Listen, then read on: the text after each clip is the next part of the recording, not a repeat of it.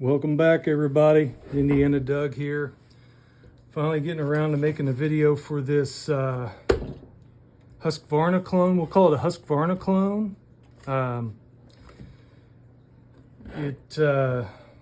It was kind of a impulse purchase. I'm going to try to make this as quick as possible. I like to go through as much as I can with it, but we'll just start from the beginning. You purchased the saw from this gentleman. I'll give you all the information here in just a minute. And it comes in a box, shipped right to your door. He also carries a lot of other things, other clone chainsaws and also some OEM stuff. And then, some really nice bars and chains. I believe that this is a clone. On the outside, the shell is a clone Husqvarna 545 Mark 1. Is what I'm guessing. But anyway, it's a K&K Power is the name brand of the saw. But you can see it looks just like a 545, 550 model. Obviously, there's some variations, but here's the other side to it. If you can see that. I mean, the double dogs. Just interesting. That's nice. But yeah, it seems to be in okay shape. I haven't ran it or anything yet. I just got it out of the box. Had it out in the garage. It's what, 27 degrees here today in Indiana. So, but anyway, the power head comes in a box. You get a bar. This is probably 18 inch. Yeah, 18 inch 325 bar, 72 driver. Yeah, see, 325. 72 drive links, 50 gauge, that's pretty nice. That's what I run, so that's cool. And then a scabbard. You get the manual. Okay, let's see what's in this little toolkit. You get the tuning screwdriver, a couple Allen wrenches, small and a larger one. Not sure the size. Oh, that's kind of neat, actually. The smaller. Huh. It's pretty cool. He could probably just sell those on his site. He might, actually. But yeah, the scrunch. But see, it's a smaller. This is really nice to have the smaller ones in case you have a full wrap. This will kind of fit in between the wrap over here if it's in the way to, adjust your chain or whatever you got to do, clutch. So anyway, that's all that comes with it. And that's fine, that's enough. Probably won't be using any of those tools. I'll keep this scrunch out though. Yeah, don't do that, guys. Whatever you do, don't do that. Definitely don't do that. Don't sit on the tree branch up in the tree and saw like that. That's a bad idea. Thank God they put that in there, huh? And yeah, same stuff, see? Why, there you go. Probably legally obligated to make a manual. This even has the Husqvarna wobble, look. Over here. Where it's always this, the clutch cover doesn't come all the way to the ground, so there's always that little wobble on most Husqvarnas. So yeah, I'd say just by that, it's a Husqvarna clone. Didn't come with that, but nobody'd buy it then, right? Okay. I guess you don't need a screwdriver for that part. Okay, let's take his top cover off.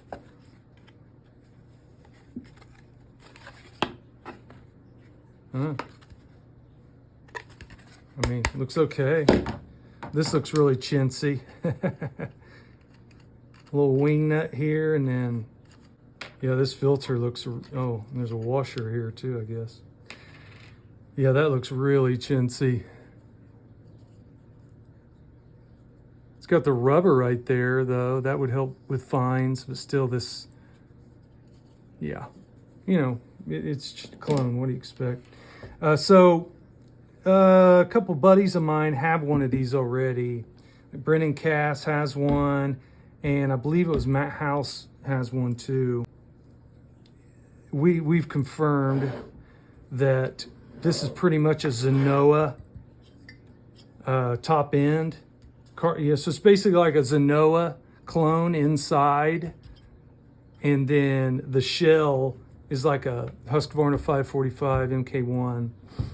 That's the conclusion we came up with. After this video, or if you want to chime in and say it might be something else, more power to you. Let's figure it out together, you know. I mean, I'm not sure what it is, but it, you know, Muffler looks like a Husqvarna too, so as you can see there.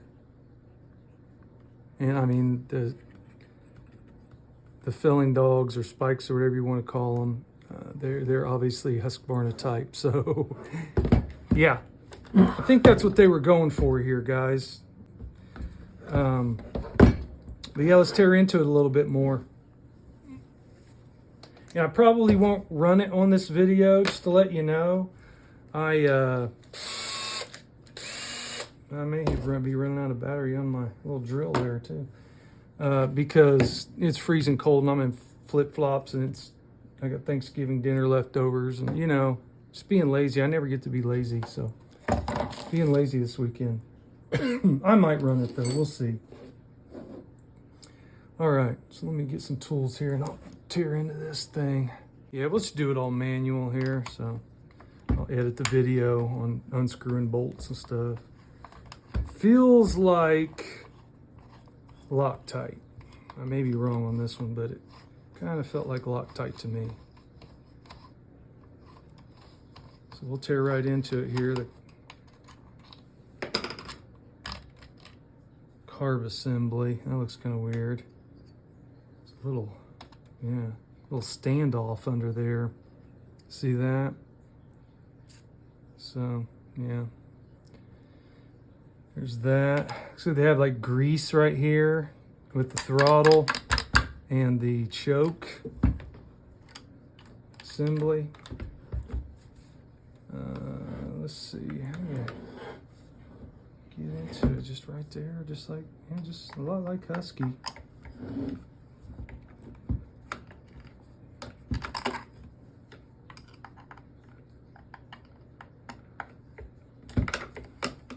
Yeah, I'm getting my drill. I'm doing that. Where are we at here? That right there, isn't it? Maybe. Yeah, I think so.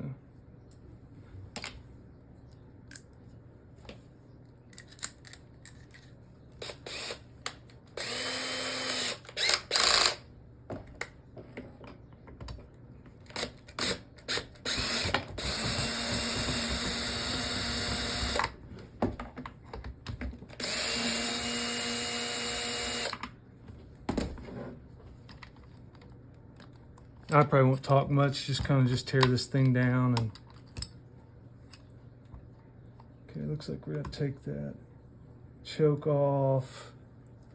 Let's go ahead and take, will that come out yet? Yeah, I can take it all off at the same time. Let's go ahead and take the, gee whiz.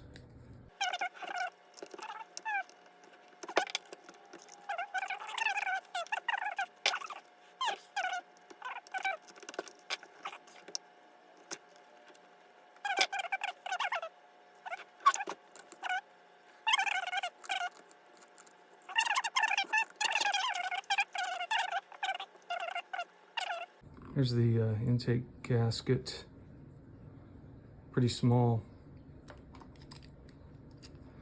Take this impulse line off.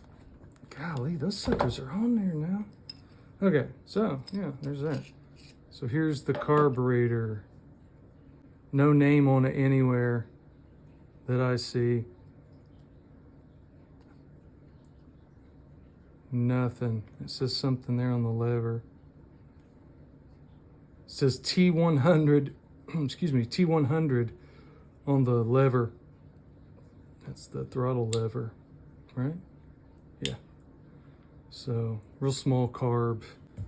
Okay, there's like a little rubber piece here. I've never even taken down like a 545 or 550, so I'm not sure what's what, if this is the same or not. So, but anyway, there's a little boot like that there for the spark plug. I'm sure the spark plug is China. No, well, it might be, but it says it's an NGK a BP MR7 7A, so that's what it says, but I would question that. There's a lot of clone plugs going around now too. A lot of them are made in Brazil now. Anyhow, what's next? What we got?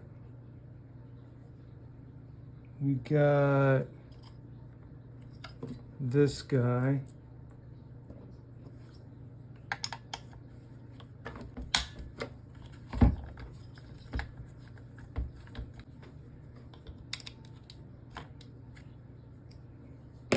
We'll go ahead and take the muffler off first. Here. Let's go ahead and take the clutch cover off. Well, the fitment's kind of frustrating, but it says EM. It says EM Psyche or Seiki. It's a S-E-I-K-I. EM S-E-I-K-I. Something Chinese, I'm sure. Okay, so we got two small screws on the muffler. We got two small ones on the top, two a little bit bigger ones on the bottom. It looks like there's a muffler cover. Yeah, that's what that blue stuff is from. It's like they put some kind of blue gasket in there. But that's kind of cool. Weird. But yeah, really easy to mod. So, you know, very easy to mod. You wouldn't have to do much, you know, if you wanted to get away with just a slight muffler mod. Wouldn't have to do much with that. So that's kind of cool. Yeah, I can see people maybe buying just these mufflers. Yeah, no, those aren't. So I guess I was wrong on the screws. They're not Loctited. So I mean, that's good, actually. In this case, I'll probably Loctite them back.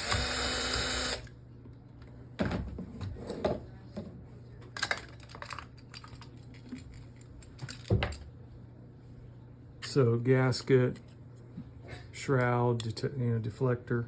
Whoop, another gasket. Okay, so I guess they put a gasket on the front and the back. Let's take his top end off. Is that the same size?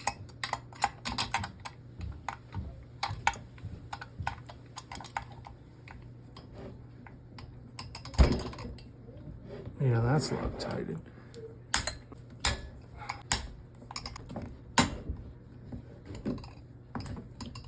Yeah, they're in there good, I know that.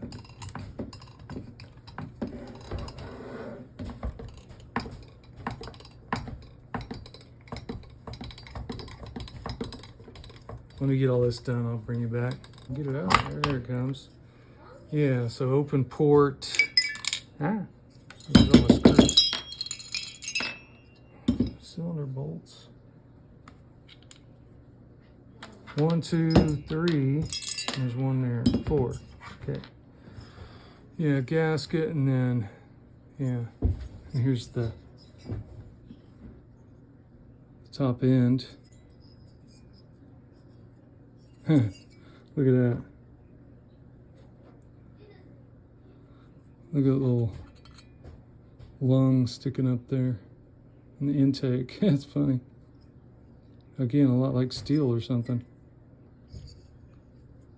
Yeah, and that lung just is there, like a thin piece of the cylinder.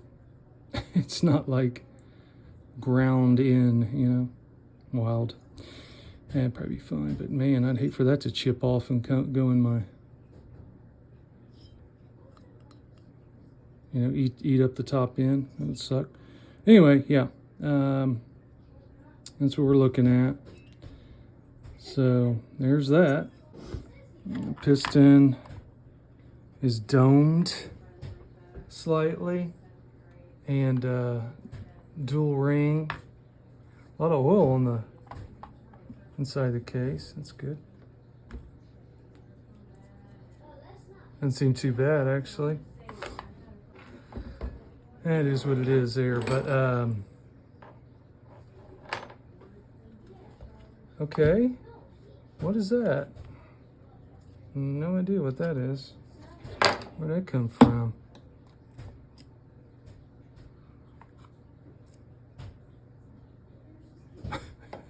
What the heck? Look, it was just laying down in there.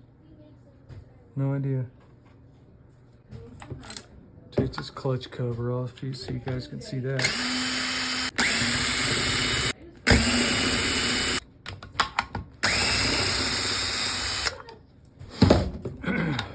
Okay.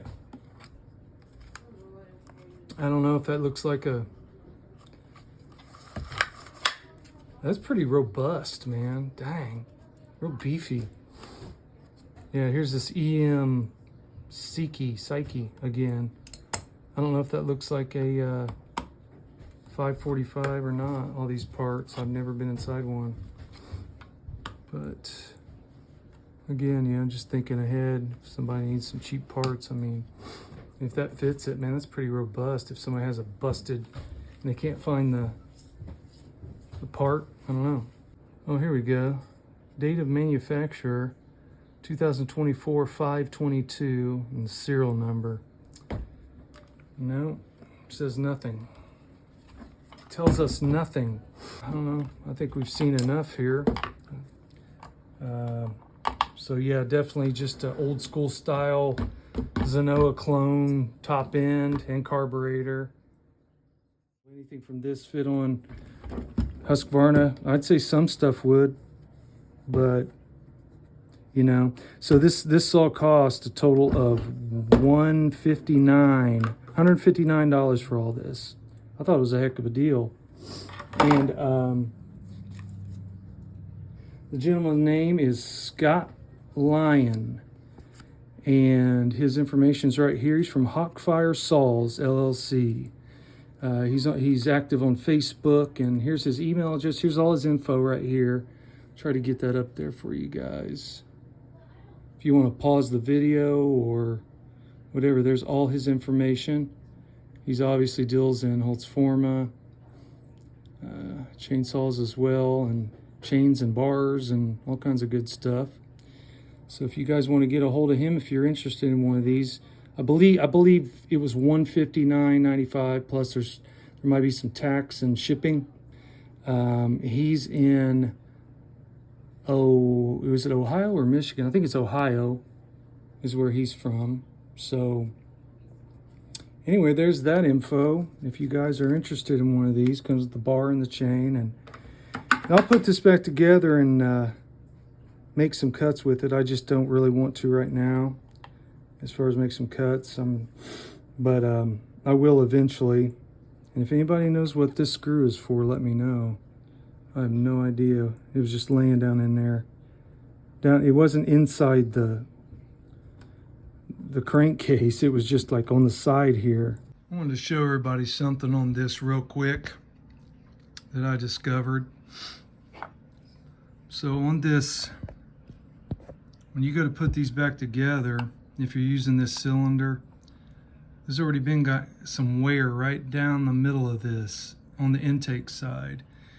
And make sure that you put your piston rings in correctly, you know what I mean? Because this one was kind of cockeyed when I went to go put it back on. and check it out and put it back on. And this one was in, but the other side wasn't. But what I wanted to show you was, look at the like little shiny part on this, on these piston rings. See right here in the center? See that little shiny, it's like some shininess. There really is on this bottom one a lot. See, it's right there. You can see it real well, and it's there too. You can't really pick it up in the camera. And then obviously there's like this hole, like where it's been, you know, scraping on something. Well, obviously it's that little lung piece on the cylinder. I went ahead and just cleaned this up and stuff. Base gasket delete, and I raised the roof a little bit and raised the transfers a little bit. And then this intake, I wouldn't widen it if I were you, but the little lung, I took that sharpness off there, sharpness on the intake, and then chamfered it really well right there, because that's what it's been rubbing on. You can tell it's been rubbing on that. So if you were to do any kind of mods or port your cylinder on this little clone, make sure you address that, or you're gonna snag a ring or something bad's gonna happen, which, you know, it's not that much money, but still, you wanna make it run as long as you can. But you can see that there. And then, I don't know if you can catch them rings very good or not. You can see that shininess, see it right there? So anyway, that's something to be cautious of. So thought I'd add that. Okay, next time I'll see you guys, it'll be me running this thing.